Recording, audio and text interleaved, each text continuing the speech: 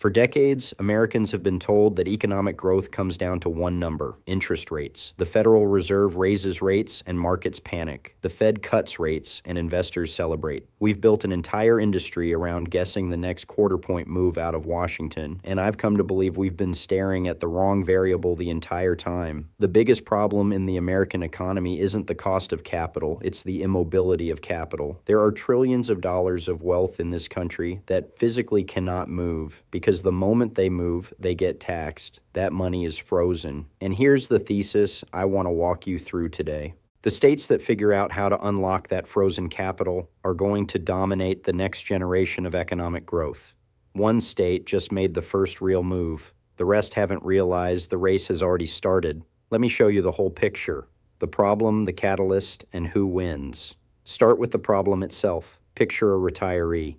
She bought her home 30 years ago for $150,000. Today it's worth $1.2 million. She wants to sell, move closer to her kids, downsize, maybe help a grandchild with a down payment, but there's a catch. The moment she sells, she triggers a capital gains tax. A huge slice of that appreciation disappears to the government. So she does what millions of Americans do. She stays put. Economists have a name for this. They call it the lock-in effect. The tax code rewards her for holding the asset, not because holding it is the smartest move, but because selling creates a tax bill. And this isn't just about houses. The same thing happens with stocks, with family businesses, with farms, with land held for generations. Trillions of dollars sit frozen in place, not because that's where the money is most productive, but because moving it is expensive. Here's why that should bother all of us. Growth depends on movement. Capital has to move. Labor has to move. Ideas have to move. When capital gets stuck, innovation slows. Investment slows. The whole economy gets less dynamic. You can be a fabulously wealthy nation and still be economically frozen because all that wealth is locked in amber. That's increasingly where America finds itself. And capital gains taxes are only half the story. Property taxes create a second kind of friction, and in some ways,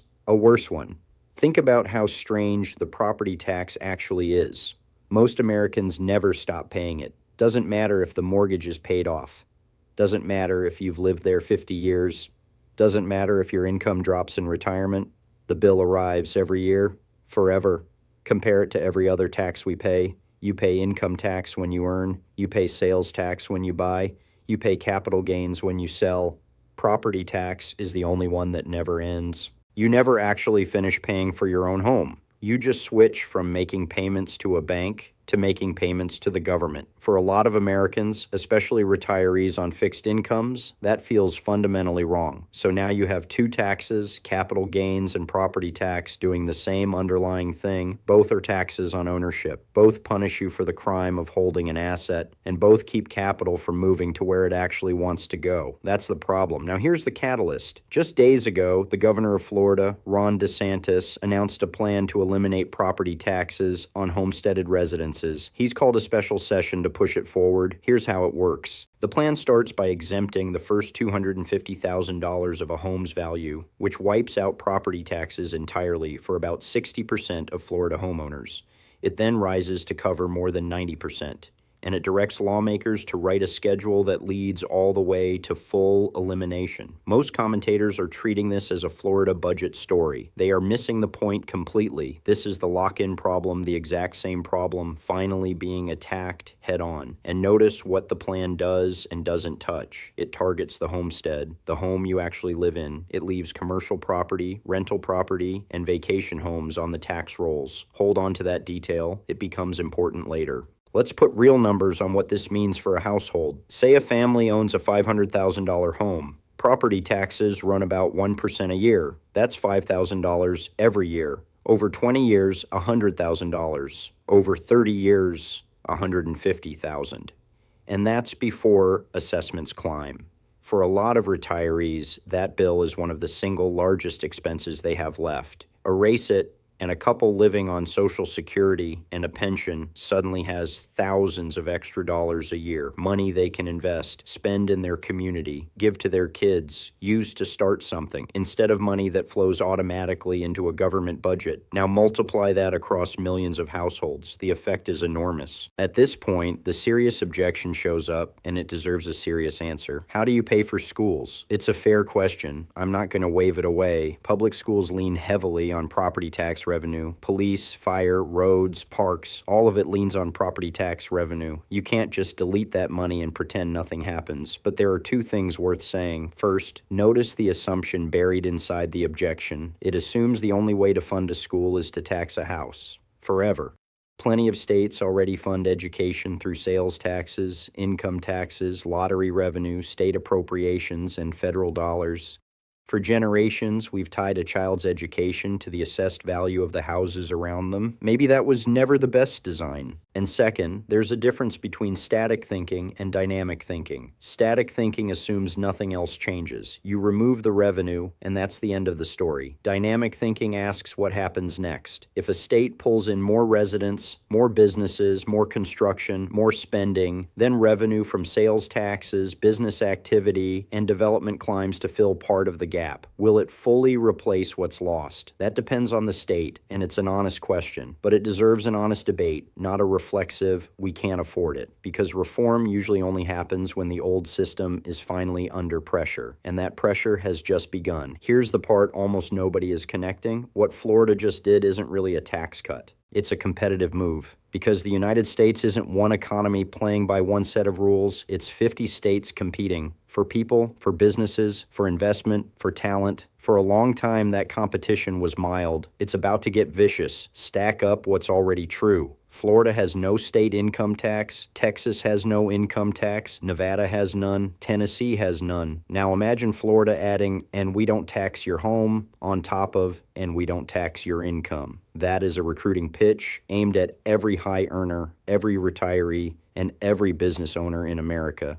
And the other states cannot afford to ignore it, because people already move for taxes. Over the last decade, Americans voted with their feet. California, New York, Illinois, New Jersey. All lost population. Florida, Texas, Arizona, Nevada, Tennessee, all gained. And that was before anyone was seriously talking about killing property taxes. Now, I want to be honest about one wrinkle in Florida's plan because it cuts against the easy narrative. DeSantis built in a catch. If you move to Florida after the law passes, you may have to wait up to 5 years before you qualify for the full homestead benefit. That's deliberate. He's trying to reward the people already there without triggering a stampede at the border. But think about what that signals. Florida is so confident this benefit is valuable that it's rationing it. You don't put a velvet rope in front of something nobody wants. And it creates an opening. If Florida makes newcomers wait 5 years, then the state that welcomes them on day one becomes the obvious alternative. And that brings us to the economic chain reaction. When you lower the cost of owning, you raise the value of owning. Demand flows toward the place where ownership costs the least over time. That's good for homeowners who watch their equity hold, good for investors who see opportunity, good for builders who finally have a reason to break ground. More construction, more lending, more work for contractors, architects, engineers, and suppliers. And here's something people get backwards. They assume businesses arrive first and people follow. Usually it's the reverse. People arrive first. Commercial real estate follows the rooftops. As population grows,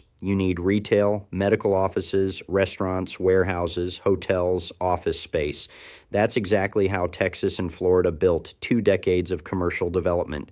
Population creates demand. Demand creates projects. Projects create jobs. Jobs attract more people. The cycle feeds itself. The corporate version is already in motion. Major companies have moved out of California, Illinois, and New York into lower tax states. Companies compete for talent. Talent looks at total cost of living. If your employees keep more of their paycheck and pay less to own a home, recruiting gets easier. Expect another wave of headquarters moves to follow the people. And no group feels this more than retirees. A retiree often owns the home outright and still gets a property tax bill every single year on a fixed income. Eliminate that and you've handed them a raise. That is rocket fuel for retiree migration. And retirees don't arrive empty-handed. They spend, they use services, they support local businesses. Retiree migration brings an economy with it. But here's the piece almost everyone overlooks. The real prize in all of this isn't tax revenue, it's infrastructure. The next decade is going to be defined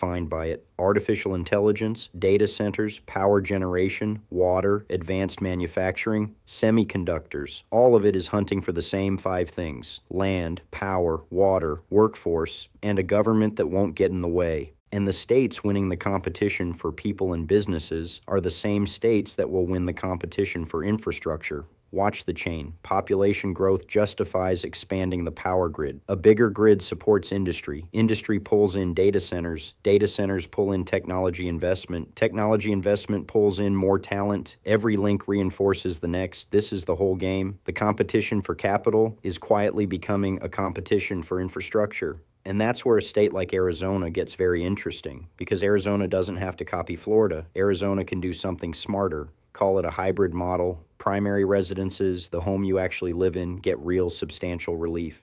But income-producing real estate stays on the tax rolls. Apartment buildings, office towers, shopping centers, warehouses, hotels, data centers. Those are economic enterprises. They generate revenue. They can carry their weight. And remember that detail I told you to hold on to? Florida's actual plan already works this way. DeSantis isn't touching commercial property, rentals, or vacation homes. He's targeting the homestead. So the hybrid isn't a theory anymore. It just got validated by one of the largest states in the country. Here's what that means for Arizona specifically. We already have the ingredients: constrained power, which makes every megawatt valuable, a semiconductor corridor already taking shape, and room to compete on policy. If Arizona offers homestead relief on day one, no 5-year wait, while keeping its commercial base intact and going aggressively after infrastructure, that is one of the most attractive packages in the entire country. Families get security, government keeps a real revenue base, and the capital that's looking for a home finds one here. The only question is whether Arizona moves first or waits and watches that capital land somewhere else. So let me bring the whole thesis back together. For years, we've obsessed over interest rates,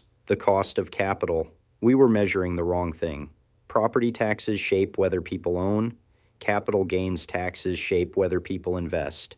Income taxes shape whether people produce. Together, they decide how freely capital can move through the economy. And capital that can't move is capital that can't compound. Florida just fired the opening shot. Texas, Tennessee, Nevada, Arizona, none of them can pretend they didn't hear it. Because once a region builds momentum, success compounds. Capital clusters, talent clusters, infrastructure clusters.